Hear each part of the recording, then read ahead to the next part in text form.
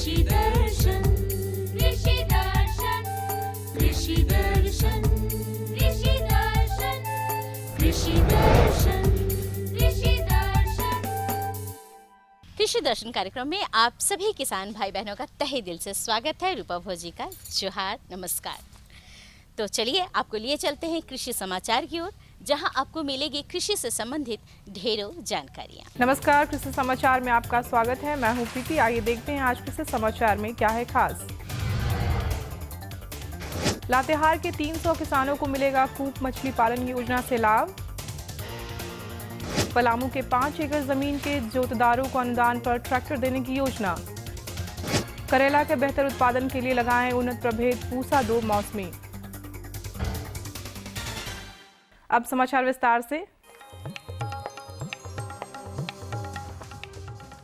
जिला मत्स्य विभाग लातेहार द्वारा किसानों के सिंचाई कुआं में वायु स्वांसी मछली पालन योजना चलाई जा रही है।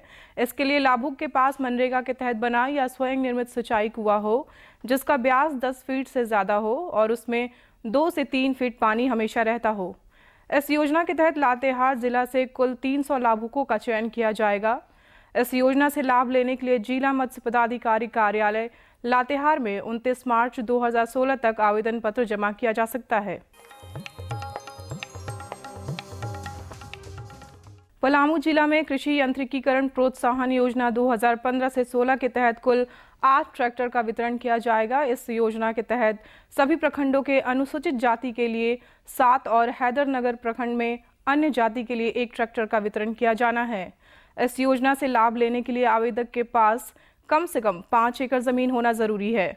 लाभुक को सरकार की ओर से 50% अनुदान सुविधा उपलब्ध कराई जाएगी।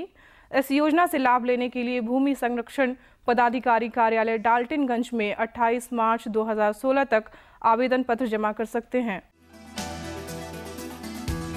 जो किसान जैविक विधि से खेती कर रहे हैं वे खाद के रूप में गोबर से अन्य उर्वरक तैयार करें, जैसे कंपोस्ट और केचुआ खाद। ये गोबर की तुलना में ज्यादा फायदेमंद है और साथ ही इससे गोबर की अत्यधिक खपत से भी बचा जा सकता है। जैविक खाद के रूप में सिर्फ गोबर का इस्तेमाल किया जाए तो जितनी मात्रा में इसकी आवश्यकता होगी उतना मिलना मुश्किल होगा। इसलिए जैविक खाद के लिए सिर्फ गोबर पर निर्भर न रहें। नील हरित शैवाल सहित अन्य हरित खाद का व्यवहार कर सकते हैं। गोबर से कंपोस्ट और वर्मी कंपोस्ट तैयार कर सकते हैं। वर्मी कंपोस्ट से मिट्टी में 1.5% नाइट्रोजन की मात्रा बढ़ जाती है। जैविक विधि द्वारा अगर सूक्ष्म पोषक तत्वों को प्रबंधन करना है तो किसान भाई जितने भी जैविक पदार्थ हैं, जैसे सड़ी गोबर की खाद, केचुआ खाद, कंपोस्ट या फिर हरी खाद कुछ भी डाल रहे हैं, तो उससे जितने भी पोषक तत्व हैं वो सभी आसानी से पौधों को उपलब्ध हो जाते हैं। उनमें सब उन पदार्थों में सब पोषक तत्वों की मात्रा होती है। उसके लिए कोई अलग से किसान भाइयों को किसी पोषक तत्वों को नहीं डालना होगा और सारे के सारे पोषक तत्व किसान भाइयों को उनके उस जिसका भी प्रयोग कर रहे हैं उससे उसको मिल जाएगा। किसान भाई, आप लतेदार सब्जी फसलों में करेला की ग्रीष्मकालीन खेती करना चाहते हैं तो अविलंब बुआई का काम पूरा कर लें। करेला के बेहतर उत्पादन के लिए पूसा 2 मौसमी, कोयम्बटूर लॉन्ग ग्रीन या अर्का सूर्यमुखी नामक उन्नत प्रभेद लगाएं। करेला की खेती के लिए बलुई दोमट से लेकर मटियार दोमट मिट्टी तक वाले खेत का चयन किया जा सकता है। करेला की बुआई में 4 से 6 किलोग्राम बीज प्रति हेक्टेयर की दर से लगाएं। इसमें पौधों के बीच 1.25 से 1.5 मीटर तक की दूरी रखें। करेला के बेहतर उत्पादन के लिए पूसा 2 मौसमी, कोयम्बटूर लॉन्ग ग्रीन या अर्का हरित लगाएं।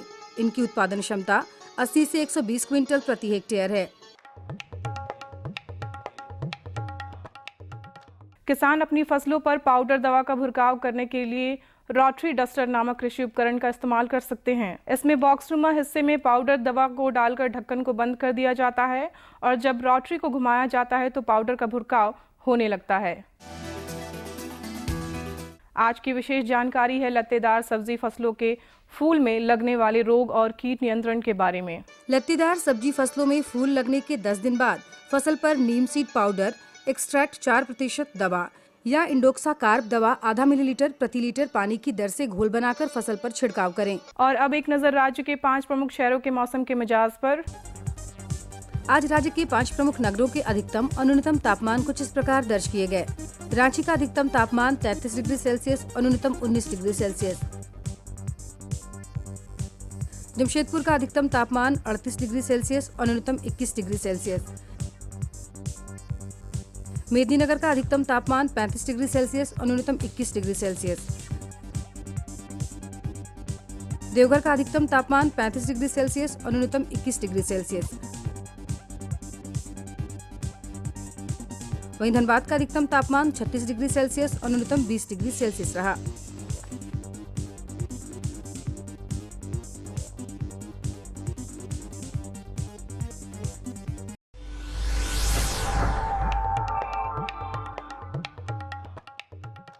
और अब मंडी भाव में आइए नजर डालते हैं अनाजों के भाव पर। आज कृषि उत्पाद बाजार समिति सरायकेला में विभिन्न खाद्यान्नों के थोक भाव कुछ इस प्रकार दर्ज किए गए। चावल मोटा 1,810 रुपए से 2,000 रुपए, चावल मध्यम 2,450 रुपए से 2,600 रुपए, गेहूं 1,650 रुपए से 1,800 रुपए, दाल अरहर 11,200 रुपए से 13,000 रुपए, दाल मसूर 9,740 रुपए से 9,900 रुपए, सरसों तेल 9,850 रुपए से 10,900 रुपए, चीनी 2,570 रुपए से 2,700 रुपए, आलू 1,020 रुपए से 1,200 रुपए और प्याज 1,520 रुपए से 1,800 रुपए प्रति क्विंटल रहा। कृषि समाचार में आज इतना ही। अगले दिन अगले अंक में फिर मुलाकात होगी कुछ ताज़ा तरीन खबरों के साथ। तब तक के लिए मुझे दीजिए इजाजत। नमस्कार, जोहार। अभी आप देख रहे थे कृषि समाचार, जिसके अंतर्गत आपने जानकारी ली मंडी की भाव के बारे में, मौसम के मिजाज के बारे में और तरह तरह की खेती बाड़ी के बारे में, है ना। और यदि आपको अच्छा लगा तो खत ज़रूर लिखा कीजिए, क्योंकि हम इंतज़ार करते हैं। यहाँ लेंगे हम एक छोटा सा विराम, कहीं जाइएगा नहीं, हम तुरंत हाजिर होते हैं। ये लो और बताओ। बस। अरे ये क्या भैया जी, बस इतनी सी रासायनिक खाद? किसानी छोड़ रहे हो क्या? किसानी नहीं, नादानी छोड़ रहे हैं। मिट्टी की जांच कराई है। अब तो लाला जी जितनी जरूरत है उतने ही उर्वरक खेत में डालेंगे। हाँ, किसान भाई आज ही अपने जिले की नजदीकी भूमि परीक्षण प्रयोगशाला में मिट्टी की जांच जरूर करवाएं और मिट्टी में पोषक तत्व, नमी व पौधे के विकास को देखते हुए केवल जरूरत के अनुसार ही पोषक तत्व डालें। और हाँ, मिट्टी में गंधक, जस्ता, बोरोन जैसे सूक्ष्म पोषक तत्वों का पता लगाना भी न भूलें। उर्वरक और जैविक खाद के सही उपयोग से भूमि का उपजाऊपन बनाए रखें, उत्पादकता बढ़ाएं, खर्चा घटाएं और बहुमूल्य विदेशी मुद्रा बचाने में भी सहयोग दें। और हाँ, धीमी गति से नाइट्रोजन उपलब्ध कराने वाले उर्वरकों जैसे नीम लेपित यूरिया को प्राथमिकता दें और यूरिया का पत्तों पर छिड़काव करें। अरे वाह, तू तो सचमुच समझदार हो गया रे। अधिक जानकारी के लिए संपर्क करें जिला कृषि अधिकारी या किसान कॉल सेंटर। विराम के बाद एक बार फिर से स्वागत है आप सभी किसान भाई बहनों का। जी हाँ, मुझे मालूम है आज आपके मंगरा दादा नहीं आए हैं। अजी आपके काम से ही कहीं निकले हुए हैं, जानकारी तो हम दे ही डालेंगे आपको। तो आप जानते हैं हमारा झारखंड सोना, अब्रक और तरह तरह के खनिज हमें देते हैं, है ना। और साथ ही हमारे झारखंड के जो किसान हैं समन्वित कृषि प्रणाली को अपनाते हैं, यानी कि खेती बाड़ी के साथ साथ पशुपालन भी करते हैं। और यदि आप पशुपालन करते हैं तो उनका ख्याल रखना भी बहुत ही ज़रूरी है ना। तो आज हम जानकारी देने जा रहे हैं सुकरों में होने वाले स्वाइन फ्लू के लक्षण एवं निदान के बारे में। तो आइए मिलते हैं मिश्रा जी से। हमेशा की तरह नए नए विषयों के साथ हम आपके साथ जुड़े हैं और आज का हमारा विषय है सुकरों में स्वाइन फीवर और उससे कैसे बचें। इसके लिए हमारे साथ विशेषज्ञ मौजूद है doctor RM Mishra ji. Doctor साहब, जैसे कि आज का विषय हमारा स्वाइन फीवर है, तो जो हमारे किसान भाई सुकर पालन करते हैं, पहले तो उनको ये बता दें कि ये स्वाइन फीवर होता क्या है। स्वाइन फीवर पशुओं में खास करके सुकर में होने वाला एक प्रमुख विषाणु जनित रोग है। यह एक वायरल डिजीज़ है और पूरे विश्व में सुअर में होने वाला यह एक प्रमुख बीमारी है। इस बीमारी से जो सुकर या जो सुअर के फार्म ग्रसित हो जाते हैं तो देखा यह गया है कि उस संक्रमण से पूरे के पूरे जानवर जो सुकर के हैं, हो सकते हैं सारे के सारे जानवर मृत्यु हो जाएं या बीमार ग्रसित हो जाएं और किसान को भारी से भारी क्षति उठाना पड़ सकता है। हमारे किसान भाई को बता दें कि ये स्वाइन फीवर के लक्षण कैसे उनको पता चलेंगे। स्वाइन फीवर के लक्षण काफ़ी तीव्र और साफ नज़र आएंगे किसानों को। अगर हम देखें कि अगर सूकर जो उनके जानवर हैं उसमें तेज बुखार है। तेज बुखार बोलने से उनको जो सामान्य तापमान होती है उससे 4 से 5 डिग्री अधिक तापमान चली जाती है।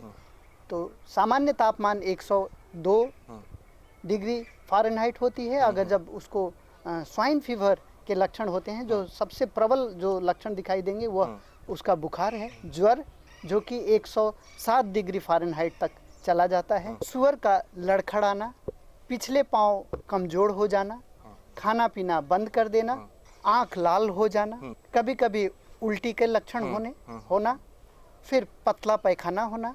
अगर सुअर गाभिन है तो गर्भपात हो जाना। अगर शुरुआती गाभिन है तो गर्भ में ही बच्चों का मर जाना। ये सारे लक्षण तीव्र रूप से इस बीमारी में आ सकते हैं। हमारे किसान भाइयों को अब इस बीमारी से बचने के लिए क्या क्या हमारे किसान भाई कर सकते हैं? इन लक्षणों से यह साबित होता है कि यह काफ़ी संक्रमित होने वाला बीमारी है और किसानों को क्षति पहुंचाने वाला बीमारी है। तो ऐसे बीमारियों के लिए हमें सर्वप्रथम देखना होगा कि अपने जानवरों को कैसे बचाया जा सके। तो जानवरों को बचाने के लिए सबसे सही और कारगर उपाय है उसके समयबद्ध टीका कराना। तो अगर हम पशुपालक, सूकर पालक अपने सूकरियों में प्रतिवर्ष स्वाइन फीवर का टीकाकरण अगर कराते हैं तो वह इस संक्रामक रोग से अपने जानवरों को बचा सकते हैं। टीकाकरण के जो सिद्धांत हैं, जो तरीका है, वह इस प्रकार है कि पशुपालक अपने सूकर बच्चों में जो 2 माह से अधिक उम्र के बच्चे हैं उनको प्रथम टीका अवश्य लगवाएं और प्रतिवर्ष 1 बार टीका अवश्य करवाएं। टीकाकरण आप जब करवाते हैं तो टीकाकरण करवाने का जो तरीका है वह आप कहीं जब टीका खरीद के लाएं या कोई संस्थान से लाएं तो टीका को हमेशा बर्फ़ में लाना है, थर्मस का प्रयोग करना है और अपने सूकरों में टीकाकरण कराने से पहले वह टीका का घोल तैयार कर लेना है और अपने सूकरों में 1 ml प्रति सूकर चमड़ा के नीचे सबक्यूटेनियस इंजेक्शन से हम लोग टीकाकरण कराएंगे। और टीकाकरण करने का सही समय प्रातः या संध्या समय होता है जब मौसम ठंड रहती है और मौसम में शांत रहता है। हमारे किसान भाई जो सुकर पालन कर रहे हैं उसमें से अगर किसी एक सुकर को स्वाइन फीवर हो जाता है, क्या वो दूसरे जानवरों को भी फैल सकता है?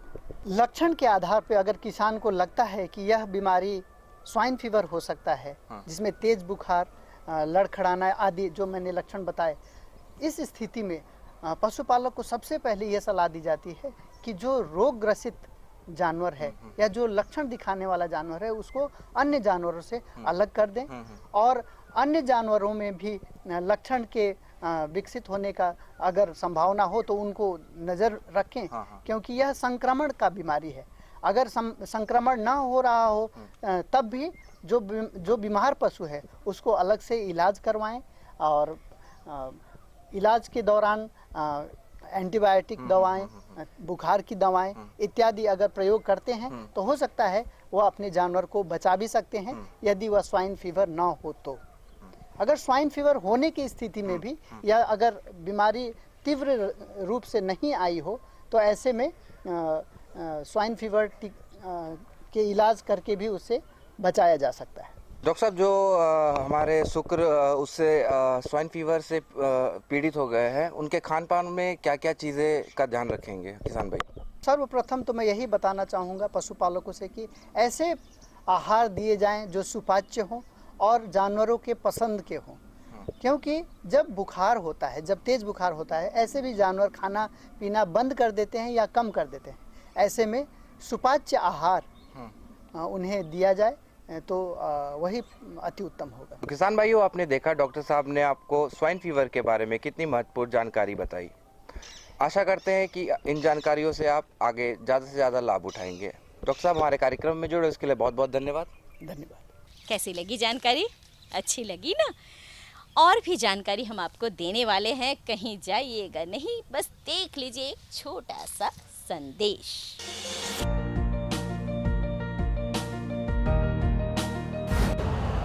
यूरिया का स्वदेशी उत्पादन 70 लाख टन बढ़ाने के लिए 6 उर्वरक संयंत्रों का उद्धार किया जा रहा है। FCIL के गोरखपुर, सिंदरी, तलचर और रामागुंडम संयंत्र, HFCL की बरौनी इकाई और BVFCL की नामरू फोर्थ। सोने पर सुहागा ये है कि देश में अब बनेगा सिर्फ नीम लेपित यूरिया, क्योंकि इससे होगा किसानों का फायदा ही फायदा। अनाज का उत्पादन 10% तक बढ़ेगा। बढ़ेगी 10 से 15% नाइट्रोजन क्षमता।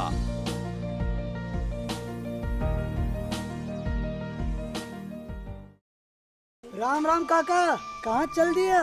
अरे भाई, फसल में कीटनाशी का छिड़काव करने जा रहा हूँ ताकि फसल सुरक्षित रहे। और अपनी सुरक्षा? अपनी सुरक्षा मतलब काका, कीटनाशी का छिड़काव करते वक्त अपने शरीर को पूरी तरह ढक लेनी चाहिए, खास करके नाक, मुंह और आँख को। हाथ में दस्ताने पहनकर ही कीटनाशी का प्रयोग करना चाहिए। तो क्यों? क्योंकि काका, कीटनाशी विषैले होते हैं, इससे हमारा स्वास्थ्य खराब भी हो सकता है और इसके बुरे परिणाम भी हो सकते हैं। हाँ। विराम के बाद एक बार फिर से स्वागत है आप सभी किसान भाई बहनों का। जी हाँ, अब बारी है दूसरी जानकारी की। तो दूसरी जानकारी भी बहुत ही महत्वपूर्ण जानकारी है, आपको लाभ ही लाभ मिलने वाला है। जी हाँ, आज हम जानकारी दिलवाने वाले हैं तसर खाद्य पौधों की नर्सरी लगाने के बारे में। जी हाँ, आइए मिलते हैं विशेषज्ञ से और देखते हैं। आज हम आए हुए हैं तसर के अनुसंधान केंद्र में और जानेंगे कि तसर के जो पौधे होते हैं उसकी नर्सरी की तैयारी कैसे करें। इस बारे में जानकारी देने के लिए हमारे साथ विशेषज्ञ हैं मानवेंद्र एक्का जी। नर्सरी टेक्निक के लिए पे हम लोग 2 तरीके से नर्सरी बना सकते हैं, आसान और अर्जुन पौधा का। एक होते हैं through sexual propagation, that means बीजा से हम लोग नर्सरी बना सकते हैं, और 2 नंबर कलम से भी हम लोग नर्सरी बना सकते हैं। बीजा से नर्सरी बनाने के लिए हम लोगों को अप्रैल महीने में जो बीजा होते हैं, हम लोगों को आसान अर्जुन का बीजा होते हैं, वो बीजा को अप्रैल महीने में हम लोग पौधा से कलेक्ट करके रखते हैं। उसको अच्छी तरह 1-2 महीना बोरा में बांध के रखते हैं, और जब बारिश का टाइम शुरू होते हैं हम लोगों का, जब जुलाई अगस्त शुरू हो जाता है, बारिश का टाइम आते हैं, तब हम लोग क्या करते हैं, वो जो सीड हम लोग कलेक्ट किया था उसको एक बोरा में बांध के अर्जुन सीड के लिए 2 दिन हम लोग पानी में डुबो के रखते हैं, और आसान सीड के लिए हम लोग 1 दिन डुबो के रखते हैं। उसके बाद बीजा जब थोड़ा नमी हो जाते हैं, हम लोग सैंड बेड प्रिपेयर कर लेते हैं ग्राउंड में। उसके ऊपर हम लोग सीड सब रख देते हैं, भीगा हुआ सीड। उसके बाद हम लोग उसको बोरा से ढक देते हैं और रोज़ 2-3 बार स्प्रिंकलिंग वाटर पानी देते रहते हैं। इसे करने से हम लोगों का क्या होते हैं, बीजा सब हम लोग विदिन 1 वीक अंकुरित हो जाते हैं, और जब बीजा अंकुरित होते हैं हम लोग उसको 1 बाय 1 उसको ब्लैक पॉलीथीन ट्यूब में जहाँ रूटिंग मीडिया होते हैं उधर रख देते हैं। ऐसे हम लोगों का जो जर्मिनेशन प्रोसीड्यूर 21 डेज तक चलते रहते हैं। हम लोग अंकुरित बीजा को पॉलीथीन में रख देते हैं। जो पॉलीथीन में जो हम लोग रूटिंग मिक्सर रखते हैं उसका आसान के लिए प्रोपोर्शन है 1:3:1 फार्मियर मैन्योर, सॉइल एंड सैंड, और अर्जुन के लिए होते हैं और रूटिंग मीडिया का प्रोपोर्शन 3:2:1 फार्मियर मैन्योर सॉइल सैंड होते हैं। उसके लिए आपने मानसून के शुरुआती दौर में लगाने की बात कही है, लेकिन जो कलम से लगाना चाहेंगे उनके लिए समय क्या होगा और उसकी प्रिपरेशन कैसे करेंगे? और जब हम लोग कलम से नर्सरी प्रिपेयर करते हैं, कलम से नर्सरी प्रिपेयर करने का टाइम भी हम लोगों का रेनी सीजन ही होते हैं। जून से हम लोग अक्टूबर तक कलम से हम लोग नर्सरी लगा सकते हैं। इसके लिए हम लोगों का इधर तासा रिसर्च इंस्टीट्यूट में टेक्नोलॉजी डेवलप किया है, जिसको हम लोग जुवेनाइल कटिंग्स और लीफ नोड कटिंग बोलते हैं। जुवेनाइल कटिंग्स में क्या होता है, हम लोग जो एक ब्रांच लेते हैं 1 मंथ ओल्ड ब्रांच का, top most 1 pair of leaf एक बाद लेके उसका कटिंग्स लेते हैं। उस कटिंग्स को पहले 1-2 मिनट के लिए हम लोग 0.03% बेबिस्टिन घोल में डुबो देते हैं फंगस अटैक से बचने के लिए। और उसके बाद हम लोग उसको सैंड मीडिया में इन पॉलीथीन ट्यूब हम लोगों को उसको डाल देते हैं। जब सैंड पॉलीट्यूब में हम लोगों का रूट आ जाते हैं कटिंग से, तब हम लोग उसको रूटिंग मीडिया में ट्रांसफ़र करते हैं। जैसे हम लोग बीजा के लिए रूटिंग मीडिया बनाता है, सेम रूटिंग मीडिया में हम लोग उसको ट्रांसफ़र करते हैं। और 2-3 महीने के बाद जब अक्टूबर शुरू हो जाता है, हम लोगों का ये जो सीडलिंग और सेपलिंग होते हैं, हम लोग मेन फील्ड में ट्रांसप्लांट करने के लिए रेडी हो जाते हैं। अब हम जानना चाहेंगे कि यहाँ के अगर वातावरण को देखते हैं झारखंड की, तो हमारे किसान भाई जो लगाते हैं तसर का पौधा, तो स्टार्टिंग स्टेज तो आपने बता दिया कि कैसे करेंगे, लेकिन जब नर्सरी की देखभाल की बात जब आती है तो हमारे किसान भाई क्या विशेष सावधानी बरतें? जब नर्सरी का देखभाल का बात आते हैं, हम लोग मेनली इन नर्सरी स्टेज में उसको हम लोग तो रूटिंग मीडिया में पॉलीथीन में गोबर खाद, मिट्टी और बालू का एप्रोप्रिएट खाना दे रहे हैं। उसके लिए हम लोगों को मेनली वाटर इरिगेशन का अच्छा देखभाल करना चाहिए। हर रोज़ हम लोग 1 या नहीं 2 बार, मॉर्निंग में 1 बार और इवनिंग में 1 बार अच्छी तरह पानी देने के बाद जब 2 महीना ऐसे नर्सरी में हम लोग देखभाल करते हैं। और जब जब ज़रूरत पड़ते हैं हम लोगों को कोई डिजीज़ होने से, नहीं तो इंसेक्ट पेस्ट अटैक होने से, इंसेक्ट पेस्ट अटैक के लिए हम लोग इंसेक्टिसाइड स्प्रे करते हैं। और डिजीज़ होने से हम लोग बेबिस्टिन मेनली यूज़ करते हैं, जो फंगीसाइड है मेनली। अब हम जानना चाहेंगे आपसे कि जो हमारे किसान भाई नए जुड़ना चाहते हैं या लगाते हैं तसर का पौधा, तो उसके लिए ट्रेनिंग की जो व्यवस्था है, प्रशिक्षण की जो व्यवस्था है, वो कैसी है? और हमारे किसान भाई जो जुड़ना चाहेंगे आपसे, वो कैसे जुड़ेंगे? इसके लिए जो तसर फार्मर लोग होते हैं, हम लोगों का central Tasar research and training institute का एक ऑप्शन है। कभी भी टाइम में फार्मर्स लोग इधर आके डायरेक्टर से हम लोगों का परमिशन लेके ट्रेनिंग के लिए वो लोग अप्लाई कर सकते हैं। और उस ट्रेनिंग के पीरियड उस हिसाब से हम लोगों को कंसर्न साइंटिस्ट लोगों को डायरेक्टर सर ने बात देते हैं। खाद्य पौधा के लिए, सिल्कवर्म रियरिंग के लिए, पोस्ट कुकुन के लिए उन लोगों को 10-15 दिन का ऐसा डिफरेंट ड्यूरेशन का उन लोग ट्रेनिंग बहुत इजी में ले सकते हैं। Just they have to apply for the training to the director sir through the concern authority. Group में देने से हम लोगों को एक साथ ज़्यादा लोगों को हम लोग मोटिवेट कर सकते हैं तसर के लिए अच्छी तरह। एक साथ हम लोगों ने बहुत आदमी को एक साथ हम लोग दे सकते हैं।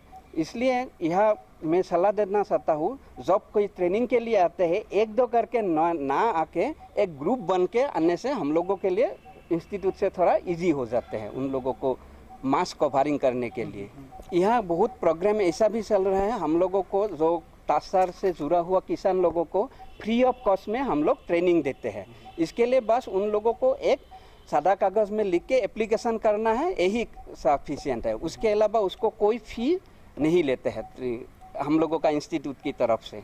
हाँ, बहुत ही अच्छी जानकारी आपने दिया कि कोई भी शुल्क नहीं लिया जाता है तसर प्रशिक्षण के लिए। अब हम आपको हमारे इस कार्यक्रम में आप आएँ और इतनी अच्छी और महत्वपूर्ण जानकारी हमारे किसान भाइयों को दिया, जहाँ उम्मीद है कि हमारे किसान भाई आपके इस बातों को अमल में लाएंगे और अपने नर्सरी की देखभाल अच्छी तरह से कर पाएंगे। आप हमारे इस कार्यक्रम में आए और इतनी अच्छी और महत्वपूर्ण जानकारी दी, इसके लिए आपका बहुत धन्यवाद। ठीक है, चलिए, जानकारी तो हमारे पास बहुत सारी आपको पता ही है, लेकिन आज की जानकारी यहीं तक। अगली जानकारी हम ज़रूर आपको अगले अंक में देंगे, लेकिन फटाफट कागज़ और कलम उठा लीजिए, क्योंकि हमें आपको पता बताना है और आपको पता लिखना है, ताकि आप अपने सुझाव और समस्या हम तक लिखकर भेज सकें। हमारा पता है कार्यक्रम कृषि दर्शन, कृषि प्रकोष्ठ द्वारा केंद्र निदेशक, दूरदर्शन केंद्र, रातू रोड, रांची। पिन संख्या 834001। तो हमें रहेगा आपके ख़तों का बेसब्री से इंतज़ार। लिखना बिल्कुल मत भूलिएगा। अब मुझे और हमारी पूरी टीम को दीजिए इजाज़त। नमस्कार।